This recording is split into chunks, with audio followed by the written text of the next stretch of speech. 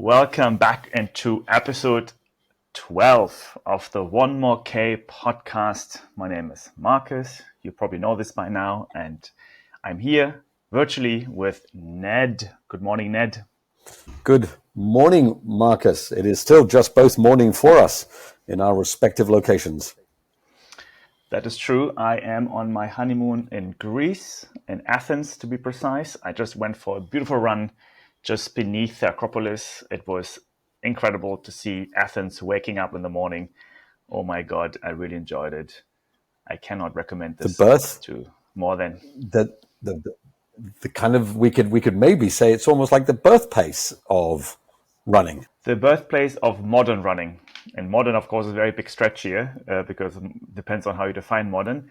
But you can feel the marathon everywhere. And it's also talked about a lot. When you go to the Acropolis, you can read in many of the signs, the Battle of Marathon was a very important one for Athenians back in the days. And then, of course, the runner is another important one. So it is all omnipresent here in Athens. That is good. I have never been. I don't know. I don't think I could do Spartathlon because the cutoffs on Spartathlon are tight. Like it is not a race you can just rock up and do. But you're right. Maybe the birthplace. As a kid, I used to love reading these stories of what happened at the original Olympics, and I think it was a little barbaric because people ran to their, I'm not going to say to their deaths, but it certainly wasn't. They weren't given electrolytes and rub downs after the events. I'm going to go to Olympia in 2 days. And I'm really excited about feeling the Olympic spirit and going to the Olympic Museum there to really breeze up all what's been happening there. Yeah, I'm excited. Good. Episode number 12, Ned. We are on the roll. We don't stop, even though we're traveling and we maybe even on honeymoon. So we are going to cover a few events today. We have, of course, something from the Barclays. We have some more updates from races in Asia and a conversation about why we actually are running. I'm excited to dive into that and, of course, wrap up with your drop. So, Absolutely. And just one clarification. Marcus is on honeymoon. Me and Marcus are not on honeymoon. We are very good friends, but we're not on honeymoon. Thanks for clarifying this. I was wondering about this the other day, but we are not. This is another interesting idea, actually. How about organizing running honeymoons for couples together? Anyway, that's for another episode. As usual, my brain is spinning on business ideas and I can't help it. Let's cover quickly the Barclays Marathon. We don't want to dive in too much, but I thought it's important to highlight a few of the statistics of this event. And Ned, what do you think? What's the ranking of the Google search numbers of the four major runners events the last 4 years? We have here, of course, Kilian Jornet. We have Courtney Dauwalter. We have Jim Walmsley, Camille Herron, and Jasmin Paris. All of the five, have achieved great things the last 3-4 years. What do you think is a Google search ranking of each individual's from number 1 to number 5? Who got the most searches and who is the bottom? Well, I'm going to stick with what I thought, which is Jasmin, because it's such a story. I would go Jasmin, then Killian, then Courtney, then Jim. No, then Camille, then Jim, because as we briefly talked about, Jim is an amazing runner, but maybe not. That is the Jasmin Paris effect. So this is a quick statistics from our friend Matt Walsh at Trailmix, who did some work on the Google Trends. So we are seeing here that Kilian Jornet got the most Google searches trends points. So this does not reflect Google searches. Of course, he got everyone watching. He can see on the screen, he got 79,000 Google search trends points. But second, it is already Jasmin Paris, who got, of course, featured a lot in the last few weeks. And number 3 is Courtney Dauwalter. Her UTMB 2023 victory was a big one, and she is ranked number 3 on Google search trends.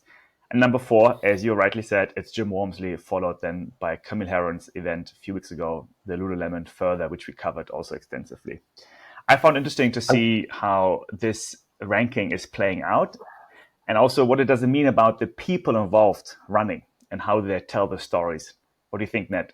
It, it is. It is. Look, Camille is a goat. I mean, Camille is amazing. She's done so much, Camille. I wonder why her story doesn't translate. Is it? I don't know. Like, there's many. I could talk all day about just this one slide. Because look, Killian's gone for it. He has gone for it in that he has his company. Is it normal, new normal, or end normal? How do you say it? I think it's pronounced new normal, written and normal. Okay. Okay, new normal. So he's going for it. He puts up amazing social posts. His running across ridges is very easy to, like, people are like, oh my God, Killian, and it's amazing, right? Camille runs for 6 days, or she does these timed looped events. I wonder if they're just too far out there. Because look, she's got Lululemon behind her, and I listened to her on Dylan Bowman the other day, and she was so thrilled when when Lululemon approached her. It was Lululemon's idea. Lululemon approached her. She was thrilled, and they did a science experiment, and Lululemon put their weight behind it and their muscle. Yet when you look at this, she's literally got 18 times, do my maths correctly, 18 times less Google impact search than Jasmin, who did a race that is technically only got 40 people, much less in, broke no records, apart from being the first woman to finish, who, as you know, Jasmin is now the slowest ever Barkley finisher, a record that she holds. It is fascinating to see. I don't think Jim's the most amazing storyteller either. Courtney is a great storyteller, and Jasmine's story of its own is a great story. I think in Camille's case, again, I follow her on Twitter. I really like her personality, how she's posting, how she's commenting, how she's keeping things also very casual and very easy. It's amazing. I think in her case, she has done extraordinary things, but really, as you say, out of extraordinary, and it's almost too far out. And then it hasn't been covered that much. So it's also about staying top of mind. Killian has done some shorter things, some longer things, some crazy mountaineering things. They're all kind of relatable, but he's very good at staying top of mind, at least for the last 20 years. He's now slowing down a bit for good reasons, but I think he has just been always out there, omnipresent with Netflix, with documentaries, with Salomon, whatnot. And I think that also helps to create this almost self-fulfilling prophecy. That's also a very important term in storytelling, that where you just stay top of mind. Camille is has been doing things in the niches for a long time, and now I think with Lululemon, she was breaking out a bit more into the mainstream because also 6-day running, and this is becoming more mainstream. Yeah, I think that's fair. I think it's fair, but also the Jasmin story is so perfect. The world's hardest race in the woods, lads. She finished with a minute to spare. She's a 40-year-old mother of 2. The way that women's sport is amazingly and fantastically growing at the moment. I like this word zeitgeist. Like Jasmin stepped into the zeitgeist Zeit means time and Geist means soul. It is German. It is 100% German. It can't be more German. What does Geist mean? Represents means time. Feeling, Geist means what? An idea, and a movement, an understanding of the current times. It's Geist it's basically soul, but spirit.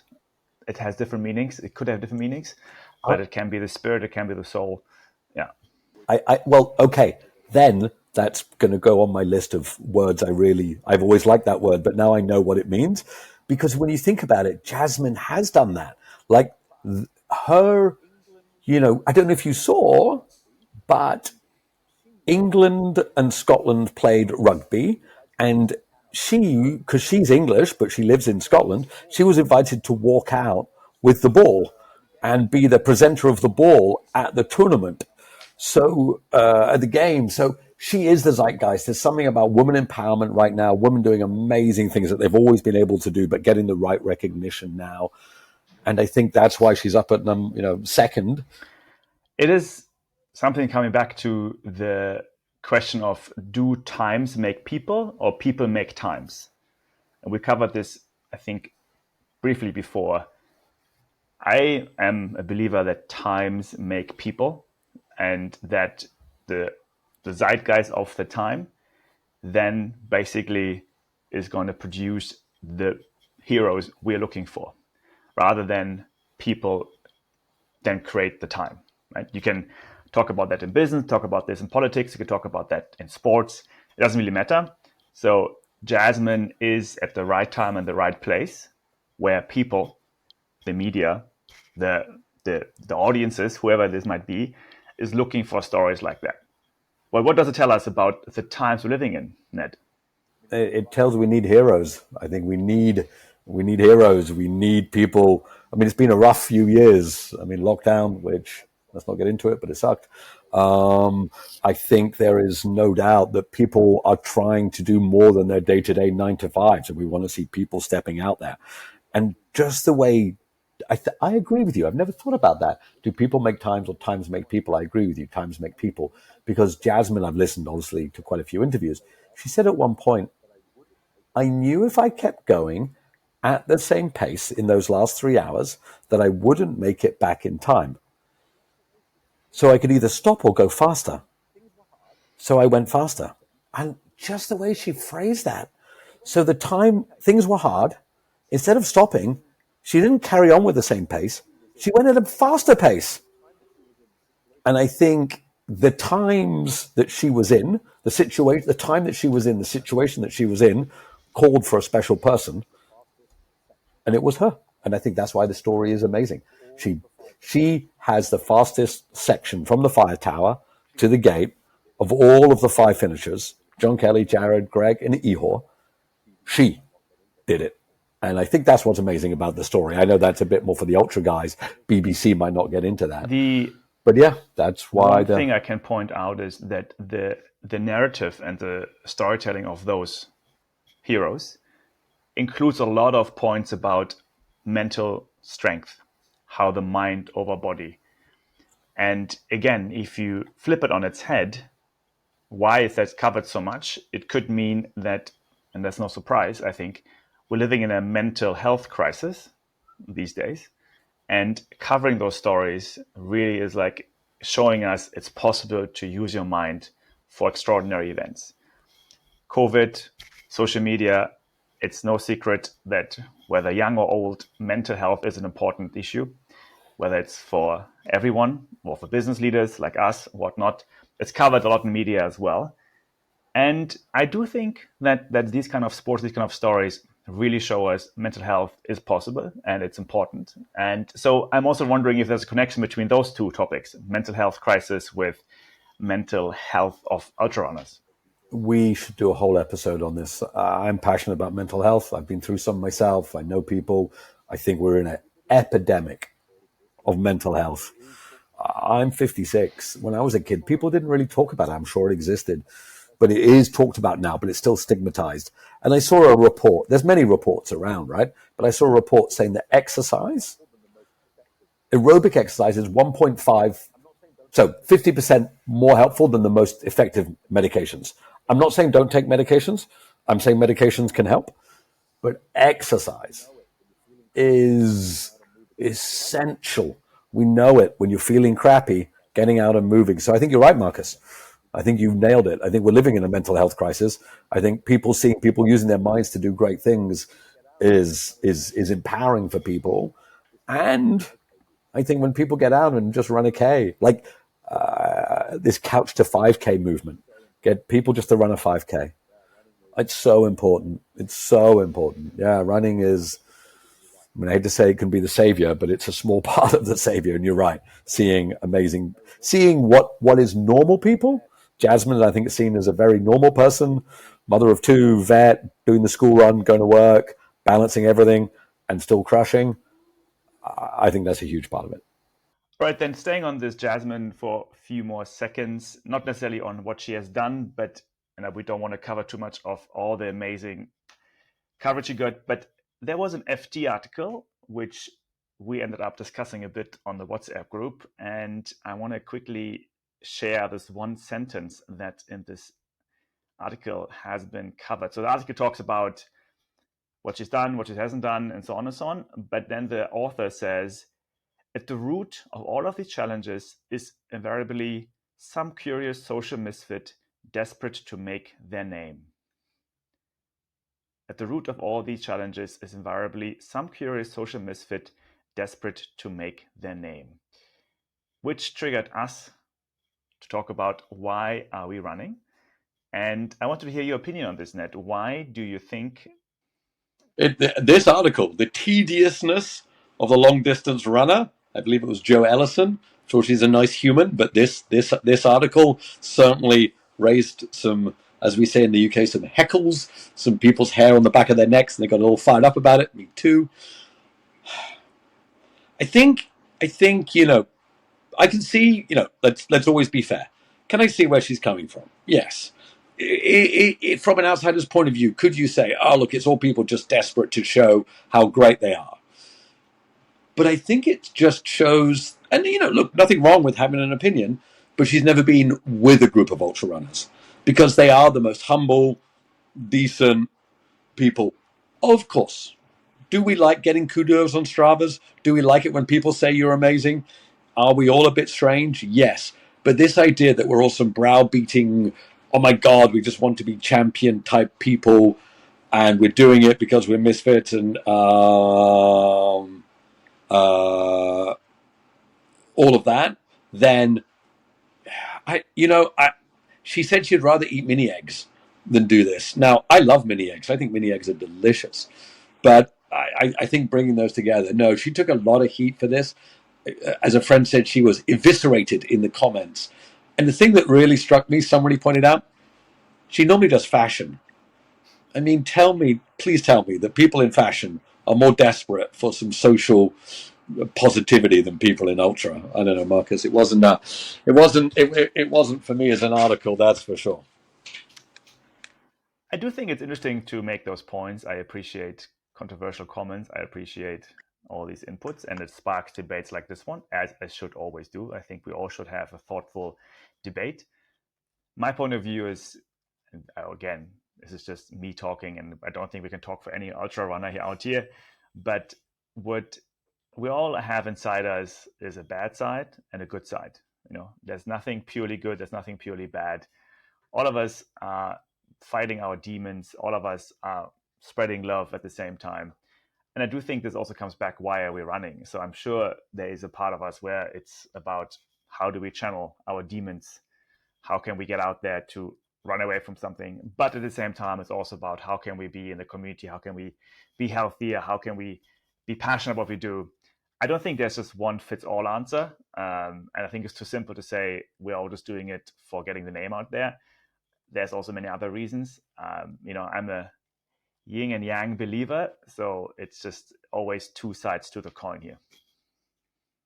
The most famous time ever was when Courtney was on Joe Rogan, and Joe kept asking her, "What's your demon? What's your demon? Tell me your demon." And Courtney was like, "No, I just love it. I just love eating candy and running." And he couldn't find one. Look, we've all got our weirdness. I just think this article really kind of, if you look at the comments, it's like, look, you can have your view, but stomping on a lady who's just done something pretty great, you maybe didn't choose the best time to be able to do that. Great. So I'm sure we will talk about this topic a bit more when we have more guests on the show. I'm always very curious about the why are people doing something, whether it's business, whether it's politics, whether it's, of course, running. But for now, I think the FT has sparked debates, and hopefully they will continue. And we have Matt Walsh again putting together the top 10 podcast. Please note, it doesn't mean Spotify listeners. It's just the followers. Spotify is starting to release data on the followers of each podcast. Anyone watching out there on YouTube, you can see the ranking of the top 10 podcasts. Which ones do you listen to, Ned? Which ones are your favorites of those 10? And when we look at these numbers overall, the numbers are still pretty low. 21,000, 10,000. I'm a big Free Trail fan. He is Dylan. His original podcast was called Pillars. Then it was called The Well. and now it's free trial. The one I listen to is not even on here. It's called Talk Ultra. Talk Ultra was one of the original. It's been going maybe 10, 11 years. Ian Corliss and Speedgoat from Hoka fame. But he's been a bit sporadic recently. You get it once every few months. The one I'm about to tune into is one at the bottom called Between Two Pines. I listened to Andy Pearson Andy Pearson, who is the head of creative at Liquid Death, the water. He is a massive ultra runner. He's done Backyard. He was an assist in Backyard. He's done Barkley. He's done a lot of the greats. And if any of you know Between Two Ferns, which is Zach Galifianakis, super funny podcast. This is Between Two. I haven't listened to it, but it sounds great. It is a humorous trail. Same. I think Free Trail and Single Track, those are the ones I listen to. Some of the other names I have to admit I never heard before. So I'm just fascinated by this amount of trail running podcasts, because when you and I started One More K, we were like, yeah, we don't know too many out there, so let's just make one ourselves, because we talk every week anyway, so let's just record those conversations. And turns out there are at least 10 others out there. Sure, I mean, we all knew of some of them, but it's surprising how niche this still all is, and how the communities are still fairly clustered all over the world. And I'm assuming, given the English names, many of them are in English-speaking countries, North America, maybe Europe. I'm going to say, apart from Scott Pugh's Endurance Asia, I don't know if there's many other Asian endurance sports podcasts. I mean, I'm sure there must be. Forgive me for you people listening and like, no, I have one. Tell us, hit us up. We'd love to share the love. We're not here to be the only one. We'd love more people to do it. But I think, Marcus, to your point, I think there's always been quite a few. Like Talk Ultra was probably one of the first. Talk Ultra came from Ironman Talk.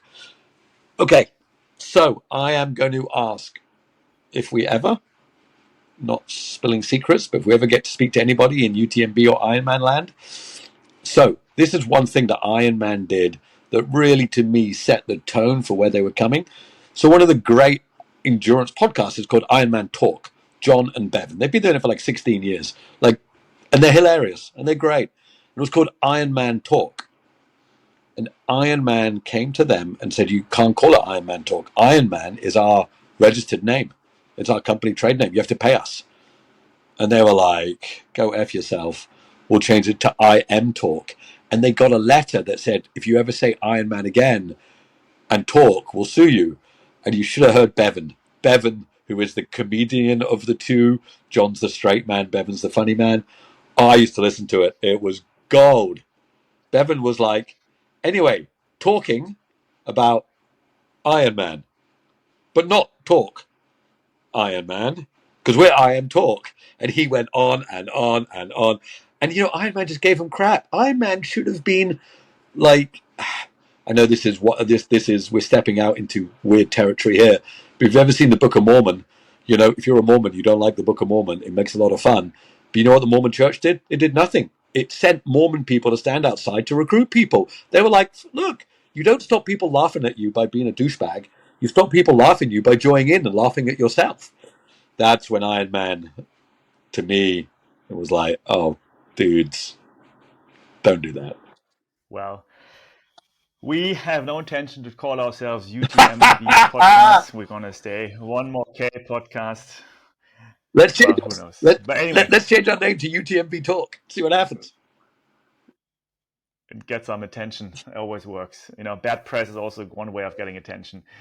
All right, talking about why are we in Asia, we of course have to cover the recent event that happened in China. So we had an exciting race happening and we need to talk about it. It is a must for us on this podcast. It was Wenling 70, a trail race up in China, where we had a fantastic race on the female side. Fu Zhao and Sumaya were battling it out on the 70K. Ned, I'm sure you were following it. What was happening on that? Oh my God, it was amazing. Like, I'll be honest, I hadn't really heard about it. There's so much going on in China. There's so much happening. It's crazy. But this one stood out. It stood out for so many reasons. I mean, this awesome, why don't we start with what you're showing? Sunmaya Buddha, really becoming one of the world's best, out of Nepal. great story. She beats Xiang Fu-Jia, who is currently ranked number 2, I believe, 100-kilometer runner in the world. These two were head-to-head from K1. Like, this is one of the great races of our time. Like, they were head-to-head, and they were sprinting. It was an amazing to see. Ryan Blair, who is, the manager and supporter and mentor of St. Maya, was taking great little shorts and reels. Go and have a look. There was one clip of them coming down some steps. They were flying. They were flying. Cameraman couldn't keep up. They were flying. It was a bare knuckle street fight, these two. And I don't know them either. I don't know their characters, but they weren't high-fiving. They weren't like, hey, there was zero chance they were crossing together. You know how some people in the West are like, oh, yeah, let's cross together. That'll be cute. Man, these two were like in a ring. They were punching each other face to face. It was a killer content. And you know what?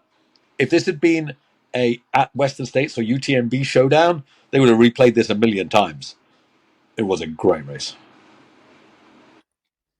Yeah, it's unfortunate that it's not easy to find much about this race. If you Google Wenling 70, you don't find many results, apart from Instagram, where, as you said, the APA North Face team has been posting about it, but otherwise it's unfortunately much accessible because it's the great firewall of China there. But yeah, I think what a race, and only Hao Ha from Vietnam is missing. I think the other great 100K runner in Asia right now. So I am hoping that those three can make it into a race together and really coming on the stage here. I don't know. 2 years ago, Sun Maya Buddha on the CCC was chasing down Blondine Harrell for the OCC or CCC. I'm not sure. If that race had been 5 kilometers longer, Sun Maya was winning. Like, she was closing. Like, Sun Maya just seems to has this will to dig deep. I don't know if it's coming from the wrong side of the tracks. Like, Nepal's a beautiful country, but there's no money there. Marcus, I'm willing to bet in the next 2 to 3 years, Sun Maya standing on the biggest stage with a win. Back to the idea of storytelling, we need to see those stories covered more. People have to get used to those names. People have to learn about those individuals. It will help them tremendously. I think also one of our jobs here is to drop those names more and cover those stories so that people out there in the world are getting familiar. Because as you said before, Kilian Jornet took him also 20 years to get famous. And not only, so I totally agreed, it's a great story. Sun Maya coming out of one of the poorest countries on earth, Nepal, one of the most beautiful countries on earth. Arcing it back to Kilian, I don't know if you've seen, but Kilian was there when the earthquake happened in Nepal. And Kilian put a huge amount of effort, care, love. He's climbed Everest, obviously, twice. And he put a huge amount of care back into that country. So I'm sure he'll be supporting Sun Maya. But here's the other side of it. There were 4,000 people at this race. It was like a UTMB start. There was video. There was like camera people everywhere. There was fireworks. If you're listening to this, go and have a look at Wenling 70, the start. Apart from the fact it's dark and pouring with rain, and in China, it had a UTMB feel. It was amazing. Nice. Great. Going from China to America, quickly covering the probably biggest idol in your life right now, Lazarus Lake. He is setting off in his journey from East America to West America. Ned, quickly, just to make sure we cover him once a week. We have to cover him again this week. What's going on with Laz? LazCon, it's called. Lazarus Continental Trip. So Lazarus walking across America. He has done it once before. Lazarus was a great runner in his day, a 1:17.5 as a young man. So for all of you who know about running, 1:17 is no joke. He was an early ultra. There weren't many ultras. Thank you, Max, for that map. He has a deep love for America. He has a love for writing as well. Laz is a storyteller. I mean, let's be clear. So Laz is 70. He walked across America last time, and I believe he went the other way, west to east, a couple of years ago. So a couple of key things. He's walking. He's not running. He's given himself 5 months, so there's no records. He just wants to get across. He's documenting. So go to his Facebook. He writes about where he passes. If you want to feel America, go with Laz. But here's the interesting part. In October is Biggs. He's going to get back like 2 weeks. So we have April, May, June, July. August, September. He's coming back in September-ish. Biggs is in October. So he's got no messing. He's got to get it done. So cheer on, Laz. If you live in America, he's happy for you to come and walk a few miles with him. So when I'm 70, I want to walk across America. And I will join you for some parts of it. Let's do it, man. Let's do it.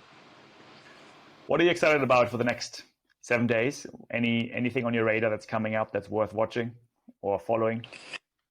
Look, I think, that we're getting into the season now, right? There's more and more races coming.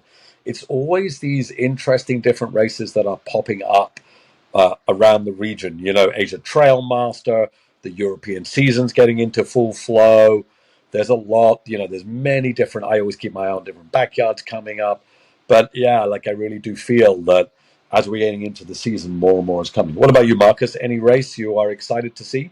I've been realizing that this year Germany is hosting the Euro football tournament. I'm a bit late with this realization, I know, but I'm like, oh wow, nothing with running. But I do find it interesting that football is back in Germany. Olympics, not the next 7 days, I know, but still something I'm going to start following a bit more.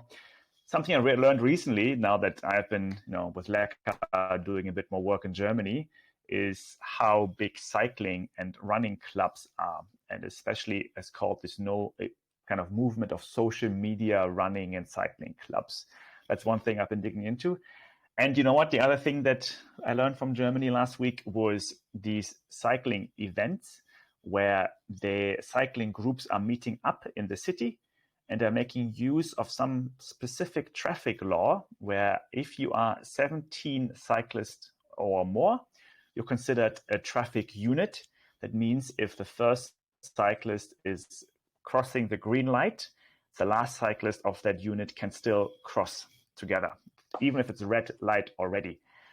What happened then is in the last few years, those critical mass cyclists, that's how it's called, the groups of 500 to 1,000 cyclists in Berlin, for example, are crossing junctions on red lights for sometimes even up to 10 minutes. No way. Yes, to some annoyance to some car drivers, I can imagine. But now the police is even cycling with them to protect those groups. And it's been a big thing in places like Berlin, Cologne, Hamburg, in order to create those awareness of cyclists. It's a problem because the angst between cyclists and road users is never ending. And it only ends badly for the cyclists. People get killed. It's a real problem. And I'll be honest, I used to, I can jump a red light. It's okay. I used to be that guy. Never that guy now because you're just making life harder for the other people, right? So, yeah, it's a complex challenge. I cannot understand. If I was a driver, I love my darling wife more than anything, but when she sees a pack of cyclists going past a red light and they all carry on, she gets pretty frustrated. I don't blame her. Fair enough. I just love this little German law there. And people, of course, people think Germans love to follow laws, and they do, but then at the same time, there's always a loophole there. So anyway, I think we are coming to the end of this episode, and we, of course, have the drop left. I'm excited to hear another one from you, Ned. Please take it away. Over to you. Let's do it. All right, people. So, a little bit of context. I am doing an endurance event right now, but it is not an endurance event that you know of. I'm doing a detox for 14 days. I'm not running, but I'm also not eating. Well, in fact, I have a few hundred calories a day. I'm doing something called Ayurvedic. Ayurvedic is a way of getting inflammation out your body. My stated goal is to run 100K when I'm 100. So I run the number of K on my birthday. So I'm 57 soon. I run 57K. When I'm 100, I want to run 100K. Anyway, so I'm on day 9. I've only been eating a couple of hundred calories a day. I am hungry. So it made me think about food. One of the greatest things about Ultra is that we can eat a lot. So here we go. This week's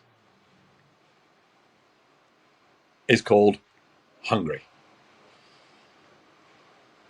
Hungry. I'm thinking about food. I'm on a detox at the moment. Only a few hundred calories a day for 14 days straight. It's not fun, but it's good for me. It will make me live forever. But to run, we need a few hundred calories an hour. Not a day, an hour. Every hour. For as many hours as you can run. Straight. You have to practice eating. How cool is our sport that apart from practicing running, we have to practice eating? I've eaten some strange things in my running time. It's one of the things I honestly love most about ultra. You have to eat the food you want, the food you need, the food you don't want. You have to eat it, sometimes vomit it, and then spill it on yourself. Not the vomit, the food. Some of my favorites. And remember, I live in the heat. Coke. It's not food, but it is. It's sugar. It's the go-to. Ice cream. I buy it in 7-Eleven. Lime ice lolly or Cornetto. I run faster with lime. Red Bull and Monster. For when it's time to really keep going. I always wait a lot of hours before I get these. Once you start, can't stop. My favorite, cup noodles. I use them in backyard. I always spill half on my shirt. I can run eating cup noodles with chopsticks or my fingers. Banana, nature's running stick. Beef jerky. It takes a long time to chew, but it's good for the long run. Gels. They do the trick, but I wish they tasted more like food. When it gets long, it's time to bring out the big guns. McDonald's. A burger, a shake, and fries. I had this at K 160 of a 200K. Half went in, half came out on the pavement. Still tasted good. Not on the pavement, the original McDonald's. Instant mashed potato. So good. I love this. It keeps me going for hours. Dried mango. So yum. In my tum. Never comes out. Salt tablets. Not food, but gotta eat them. They are the secret for the heat. That's what Zach found out. That's why he came second. Listen to the interview.